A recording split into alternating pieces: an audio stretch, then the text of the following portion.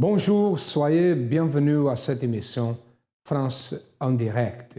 Nous sommes plus une fois ensemble et peut-être pendant ces minutes que vous êtes avec nous, vous allez peut-être recevoir quelque chose qui puisse vous aider si vraiment vous avez un problème. Une chose, tous les êtres humains ont toujours deux voix, ils écoutent deux voix dans son intérieur. Un exemple. Combien de fois vous avez déjà pensé à faire certaines choses, il y a une voix qui dit « fais ça » et l'autre dit « ne fais pas ».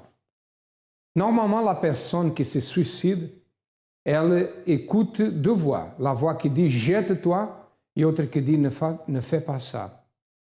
Et c'est la voix qui nous amène à la destruction, qui nous amène au chaos, qui nous amène à la mort, qui nous amène à l'échec est plus forte, alors elle peut dominer sur nous. Si la voix qui nous amène à la victoire est plus forte, nous, certainement, nous sommes vainqueurs. Mais comment savoir quelle est la voix que nous devons écouter?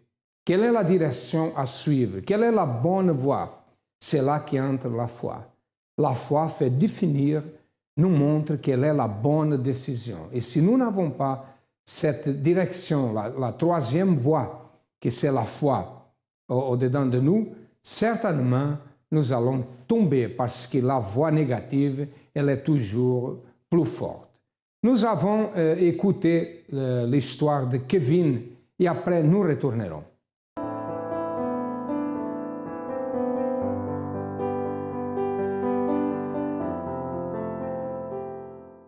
Ma vie avant d'arriver au centre d'accueil, c'était une vie catastrophe. De là, avant, j'étais beaucoup colérique, voleur surtout, et je mentais beaucoup. Et j'étais aussi souvent trop gentil avec les gens. Et il m'est arrivé aussi de voler beaucoup ma mère. J'ai commencé un petit peu à fumer et rentrer dans la drogue, mais après, j'ai arrêté. Et depuis petit, j'ai grandi dans le vaudou. En commençant par mon père, qui avait commencé à faire ça. Et après son départ, il y a eu la dispute avec ma mère où là, il avait tenté de m'enlever moi et mon grand frère. Et puis là, je me souviens qu'en rentrant à la maison, il avait cassé, il y avait déjà une vitre qui était cassée, mais on avait mis quelque chose par-dessus. Et ce qui était par-dessus, il avait cassé, il nous avait tiré les cheveux, il avait tenté de nous enlever. Et moi et mon frère, on s'était enfuis de la maison parce que pendant que ma mère n'était pas là, et on était monté chez la voisine. Donc c'est la voisine qui nous avait gardé le temps que ma mère revienne pour lui expliquer. Et là, depuis, j'avais gardé quelque chose en moi contre mon père, la haine, parce qu'il tapait ma mère. Ça, je ne voulais plus le revoir même. Je me disais que si je le voyais, je n'allais pas chercher à comprendre, j'allais me battre directement avec lui. Et là, après, ma mère a commencé à avoir beaucoup de marabouts, entre guillemets, dans le vaudou. Je me souviens qu'on me faisait prendre des bains, oui, beaucoup de bains. Disons c'était pour m'aider à l'école, dans ma vie, mais c'était de pire en pire. Juste le jour où ça m'a vraiment énervé, c'est qu'on m'avait fait prendre un bain avec du sang de poule, où tout mon corps était... Ils avaient pris une bassine, ils avaient rempli la bassine avec le sang d'une poule, et ils avaient fait ça à moi et mon frère. Et il y avait aussi ma sœur. Et moi et mon frère, ça nous avait tellement révoltés. Parfois, il y a eu une personne que je me souviens qui m'avait vu dans la rue, et elle avait trouvé ça bizarre que ce que j'avais sur la tête, parce que tout mon visage était rempli de sang de poule. On nous avait fait garder ça pendant une journée. Donc là, j'en pouvais plus, j'en avais assez, jusque le jour où, avec le marabouteur, où ça n'allait plus avec ma mère. Donc là, c'est ma mère qui a continué jusque le jour où elle m'a fait prendre un bain, le dernier. Là, elle m'a demandé de demander ce que je voulais. Et là, entre guillemets, j'ai demandé ce que je voulais. J'ai demandé de la réussite, un travail, aussi pour ma vie sentimentale. Et tout ce que j'ai eu, ça n'a pas duré. Ça s'est révélé négatif. Pour mes études, c'était de pire en pire. Et chaque fois que je trouvais une école ou quelque chose, il y avait ça derrière. Pour mon CAP en électricité, c'était par là aussi. Pour que je puisse travailler en alternance, aussi, que ce soit dans l'école ou dans l'entreprise, c'était ça aussi derrière. Et même quand j'avais rencontré mon ex-petite amie, il y avait ça derrière. Juste le jour où je suis resté avec ma petite amie, c'est cette situation-là que j'ai passée avec elle qui a fait déborder le vase.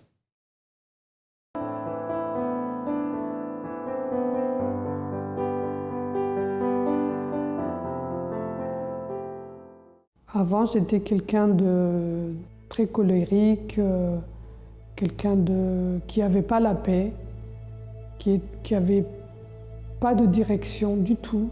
Je faisais les choses à ma façon, au jour le jour,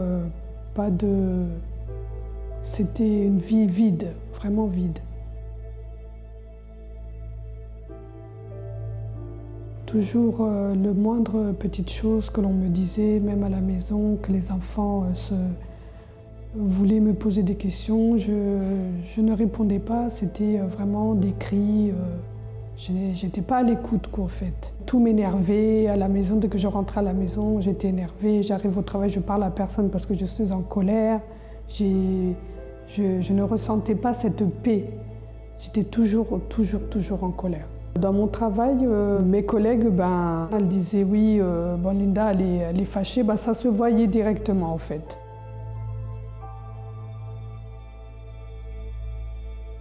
Je reconnaissais qu'il y avait quelque chose qui n'allait pas, mais quoi, je ne savais pas.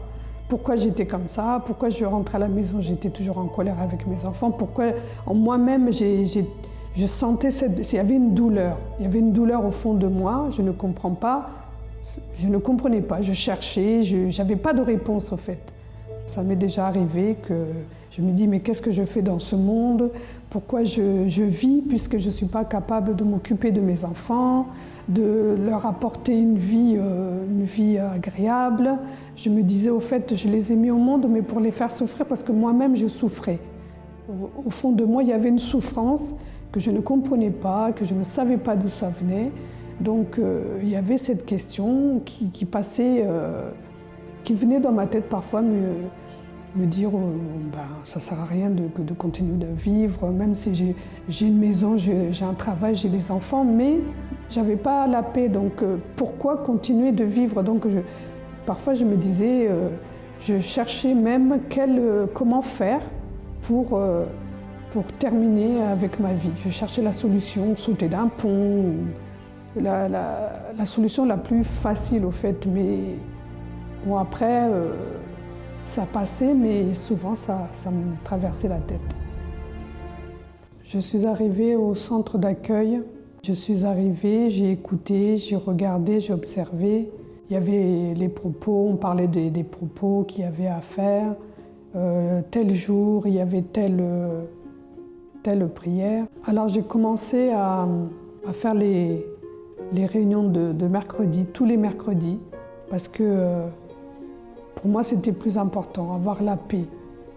Madame Linda aujourd'hui c'est une autre personne, si je peux dire ça.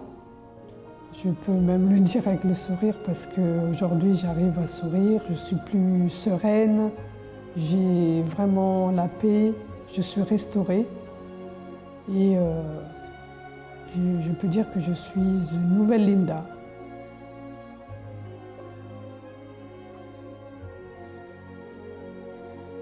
Toutes les collègues qui me connaissaient avant et maintenant, donc elles viennent facilement vers moi aujourd'hui.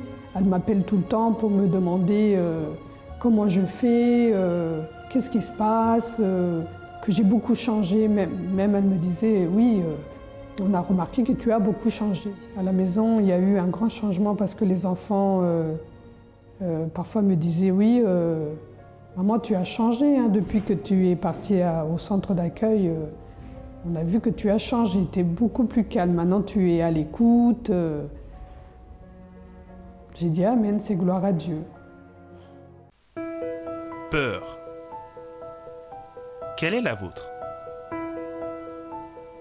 Peur de croire que cela sera possible? La réponse est un grand oui. Parfois, il existe des personnes qui ont peur de croire en la possibilité d'un changement pour un cadre positif et favorable de toutes les situations négatives dans sa vie. Anxiété, angoisse, tremblement, sueur, palpitations, nausées, essoufflement. Ce sont quelques symptômes physiques, psychologiques ou émotionnels qui se manifestent dans une situation de peur extrême. Le 9 mars est le jour où vous allez dépasser toutes vos peurs. Dimanche, 8h, 10h et midi. 254 rue du Faubourg Saint-Martin, 75 010, Paris. Pour plus d'informations, ligne amie 24h ou centre d'accueil.net. Centre d'accueil. Nous croyons en vous comme personne. Il avait sa partie, la bonne partie, la mauvaise partie. La force négative, parce qu'il a été enlevé dans le voodoo, dans la famille, il avait la sorcellerie, tout cela. Il était victime de ça et toute la famille était détruite. Et le problème, c'est ça, c'est que ce type de travail n'est pas seulement pour la personne qui participe. Il a des travaux qui sont faits, des travaux de sorcellerie, qui peuvent détruire la vie d'une autre personne, principalement le vaudou ou d'autres. Tout le monde, quelque personne peut être victime d'un travail comme ça. Elle ne sait pas. Elle sait que les choses ne marchent pas, elle sait qu'une tristesse commence à envahir son cœur, elle commence à avoir des pensées négatives, de tout abandonner, de se suicider, de chercher la drogue, les vices, et elle ne sait pas pourquoi. Et peut-être l'influence, c'est une influence spirituelle. Et là, mes amis, il y a une seule solution. Nous allons voir qu'est-ce que Kevin a fait.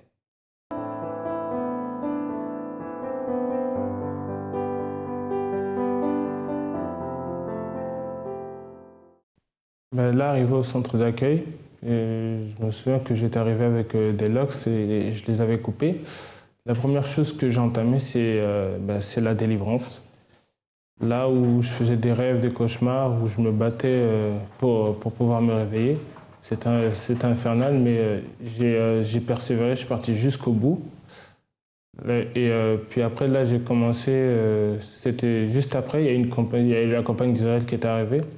Donc même si je connaissais pas, je comprenais rien, mais j'avais entendu, j'avais déjà écouté ce que c'était, parce que le pasteur avait expliqué en global. Et là, j'ai participé. Et depuis, c'est à ce moment-là que j'ai eu le changement en moi. C'est-à-dire tout ce que j'avais de négatif est parti. Je n'étais plus colérique, je gardais plus rien en moi. Et c'est-à-dire que, comme je disais, c'est comme si que, quand on me parlait, je prenais ce qui était bon pour moi et le reste, je le rejetais. J'avais plus besoin de garder quelque chose en moi. Et c'est là que j'ai vu le changement de mon caractère, que je ne mentais plus, même chez moi. Mon frère l'avait remarqué. Et là, depuis, tout a changé.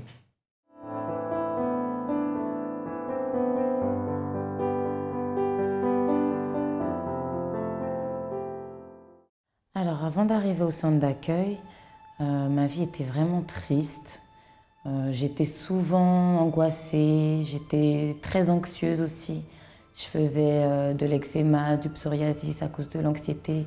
C'est-à-dire que j'avais des démangeaisons sur le corps, j'avais des migraines, beaucoup de migraines. J'avais des problèmes dans mon couple, des gros problèmes de nervosité. Je fumais aussi, je fumais beaucoup. Je fumais le cannabis et la cigarette, mais je fumais plus le cannabis que la cigarette. Ça, c'était... j'ai fumé au moins depuis l'âge de 16 ans, donc pendant plus de 10 ans, presque 13 ans, à fumer comme ça, à essayer de chasser en fait mes angoisses avec le cannabis. Depuis 2009, j'avais pas eu un contrat de travail de plus de 3 semaines. Et j'avais travaillé vraiment de façon épisodique, 3 semaines par-ci, 3 semaines par-là, mais vraiment rien de stable. J'ai accumulé beaucoup de dettes à cause de cette situation. Financièrement, c'était très difficile et ça me créait aussi des problèmes de couple avec mon mari qui lui travaillait, mais malgré ça, on ne s'en sortait pas, donc ça faisait un poids vraiment supplémentaire sur nos épaules et voilà, ça favorisait toutes mes migraines et mes angoisses que j'avais constamment en fait depuis des années. Ma situation familiale aussi était chaotique, il n'y avait pas d'entente avec ma mère, pas d'entente avec ma sœur, et ça depuis l'adolescence, donc j'étais un peu isolée en fait par rapport à ça. Donc j'étais seule avec tous mes problèmes en fait. Quand je suis arrivée au centre d'accueil, la première chose qui s'est passée, réellement la première chose sur laquelle j'ai ouvert les yeux en fait, c'est que j'ai compris qu'il fallait que je pardonne à ma mère et à ma sœur. Donc c'est vraiment la première chose que j'ai faite, c'est ça, c'est de pardonner et de demander pardon également. Et là tout de suite, ça m'a enlevé un poids, vraiment un très gros poids que je portais depuis toutes ces années. Tout ce que le pasteur me conseillait de faire, je faisais. Donc voilà, je participais aux chaînes de prière et très rapidement est arrivée la campagne d'Israël. Donc la campagne d'Israël, je l'ai vue vraiment comme une opportunité d'enfin accéder à une nouvelle vie en fait. Ce que j'attendais de cette campagne, c'est qu'il y ait un véritable changement d'identité, que mon nom ne soit plus associé à la drogue, à la tristesse, à la colère, au chômage, à la personne qui n'a jamais d'argent. Voilà, je voulais plus que mon nom soit associé à toutes ces choses négatives. Je voulais que mon nom soit associé à des choses positives. Et c'est dans cet esprit-là que je me suis lancée dans la campagne. En fait, et voilà, j'attendais vraiment une transformation. J'étais prête à tout faire pour avoir ce véritable changement. Et petit à petit, j'ai commencé à voir la main de Dieu agir dans ma vie. Ça m'a donné encore plus d'espérance. Et donc, à la suite de ça, voilà, donc la première chose, ça a été la délivrance par rapport au cannabis et à la cigarette. Et ensuite, petit à petit, j'ai commencé à trouver la paix à l'intérieur de moi, commencer à être plus sereine, commencer à être plus libre, en fait, ne plus avoir cette angoisse qui me pesait systématiquement. Voilà, la relation avec ma famille a commencé aussi à se débloquer. Les relations avec ma mère et ma sœur ont changé, puisque du fait que j'avais pardonné, que j'avais demandé pardon, pour moi, c'était devenu fluide. J'avais plus ces appréhensions, ces peurs par rapport à ça. Donc aujourd'hui, tout va bien dans le contexte familial. Donc ça, c'est une victoire aussi que j'ai eue. Également, ma vie professionnelle a changé. Dieu a commencé à ouvrir les portes pour moi, à me donner la vision pour mettre en place des projets. J'ai trouvé un travail, donc j'ai commencé à travailler. Dieu a permis que j'ai un travail qui me permette de m'investir toujours dans ma vie spirituelle, dans mon projet et en même temps de rétablir ma vie financière. Aujourd'hui, je ne saurais même pas comment dire à quel point je suis heureuse. J'ai la paix, Dieu m'a donné son esprit. Donc je me sens forte, je me sens vainqueur dans toute chose que j'entreprends. Et voilà, je sais qu'il est avec moi. C'est ce qui me rend heureuse aujourd'hui. Avant, j'avais suivi des compagnies et qui m'ont amené à boire. Et je m'en souviens que mon père, il apprenait des gens un métier et ils font des contrats, ils envoient des boissons. Et que ces boissons, moi je vole et je bois avec des amis. Et à chaque fois quand je bois, je garde la bouteille avec un peu de boisson que je casse à la maison, que la boisson est cassée et que je mélange avec de l'eau.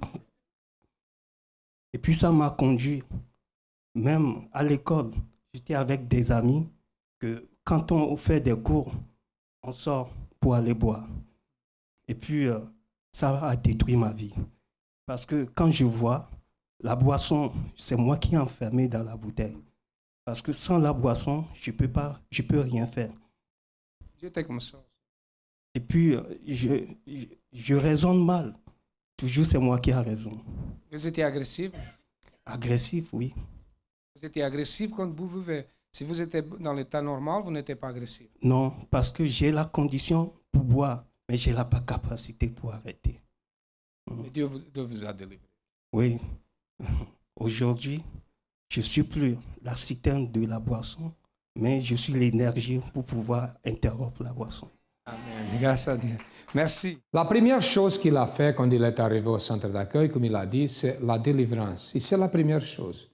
Pour que nous puissions partir pour d'autres choses, c'est nécessaire la délivrance. C'est pour cela que nous disons beaucoup de fois que croire que Dieu existe, avoir une religion n'est pas suffisant. Il faut que la personne soit délivrée des racines du passé, que les racines du passé soient arrachées. N'oubliez pas que Kevin était victime, il était né dans le voodoo, dans la sorcellerie. Il était nécessaire d'arracher ça. Et c'est ça qui s'est passé au centre d'accueil. Il a commencé par la délivrance. Écoutez.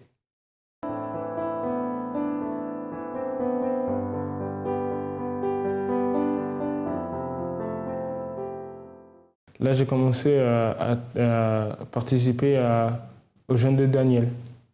Donc, la première chose, le pasteur avait donné des directives à faire et un objectif.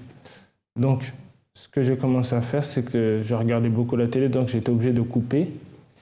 Couper aussi les musiques que j'écoutais, par exemple le rap, le zouk. J'étais obligé de tout couper et écouter seulement les louanges. La télé, fallait que je la coupe, que je la regardais même plus.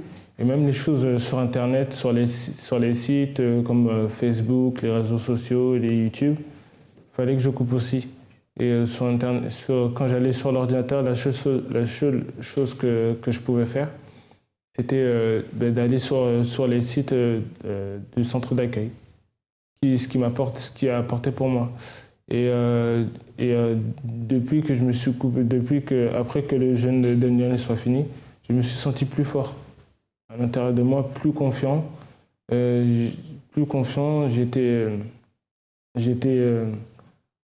vraiment dans la joie, j'étais vraiment joyeux. Arrivé à la maison, j'avais envie de crier. Mais étant donné qu'à la maison, il y en a qui ne comprennent pas, donc j'ai gardé un peu, je me suis maîtrisé un petit peu. Et là, même parfois, même ce que j'ai fait, c'est que j'envoyais des messages à ma mère, à mon frère, à ma soeur pour leur demander pardon. Arrivé à la maison, ils se demandaient si j'étais fou. Et bien, maintenant, je me sens joyeux, dans la joie. Je rigole, des fois, je rigole souvent, mais même pour rien. Les gens ont l'impression que je suis fou. Mais non, je ne suis pas fou. Mais pour moi, le centre d'accueil, pour moi, c'est une grande école. Je ne peux pas comparer le centre d'accueil avec les écoles normales comme les universités, tout ça. Le centre d'accueil, c'est plus qu'une école. Plus qu'une école pour mon intérieur et pour mon extérieur aussi.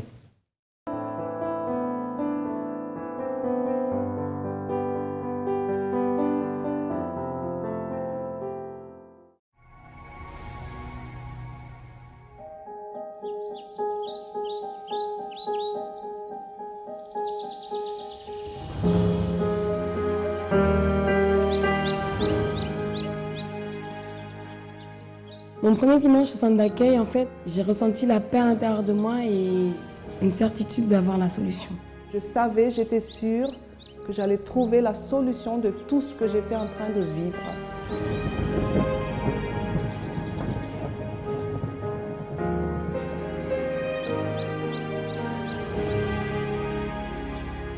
Leur équipe qui est disposée à nous suivre personnellement, ils sont à l'écoute et ils nous donnent des paroles encourageantes et c'est vraiment ça qui fait le plus du centre d'accueil.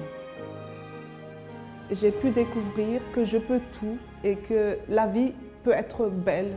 Les gens devraient venir au centre d'accueil parce qu'ils vont apprendre à croire en eux-mêmes et surtout de voir les problèmes d'un autre œil.